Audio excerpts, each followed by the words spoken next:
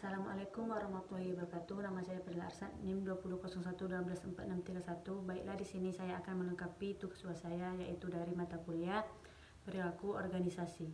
Baiklah, soal yang pertama, apa yang Anda pahami tentang perilaku organisasi?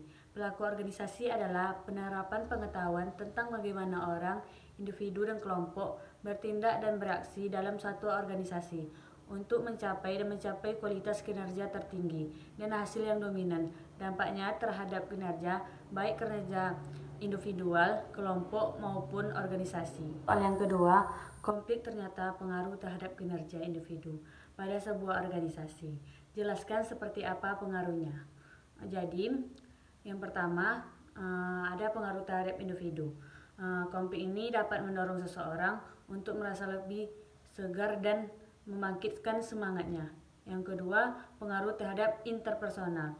Bila seorang dipandang merintang tercapainya tujuan, maka ekspresi kemarahan, permusuhan, dan emosi negatif lainnya dapat terpacu sebagai suatu persepsi yang bersifat negatif terhadap lawan konflik.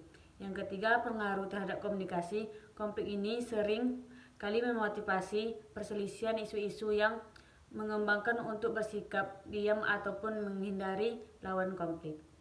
Soal yang ketiga, uraikan secara ringkas hasil materi presentasi kami. Saya mendapat judul penolakan perubahan pada organisasi publik dan cara mengatasinya. Pengertian perubahan, Mulis 2005, menerapkan perubahan adalah sebuah proses yang natural sehingga selain sumber dari lingkungan, perubahan juga datang dari internal nasional.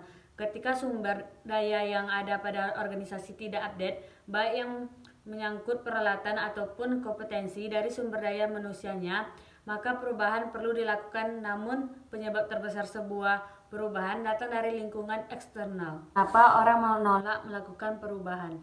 Faktor pertama, karena keengganannya, kekhawatiran bahwa dia akan kehilangan kontrol. Faktor kedua, karena kekuatan kognitif. Faktor ketiga, karena kurangnya ketahanan psikologis. Faktor keempat, sikap intoleransi terhadap periode penyesuaian dalam perubahan. Faktor kelima, karena mereka menyukai stimulus dan keburuan dalam perubahan yang tidak terlalu tinggi. Yang faktor keenam, keinginan untuk mengarah terhadap kebiasaan lama. Cara mengatasi penolakan perubahan.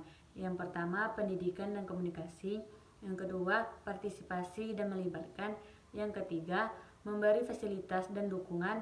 Yang keempat, negosiasi dan kesempatan. Yang kelima, manipulasi dan kerjasama.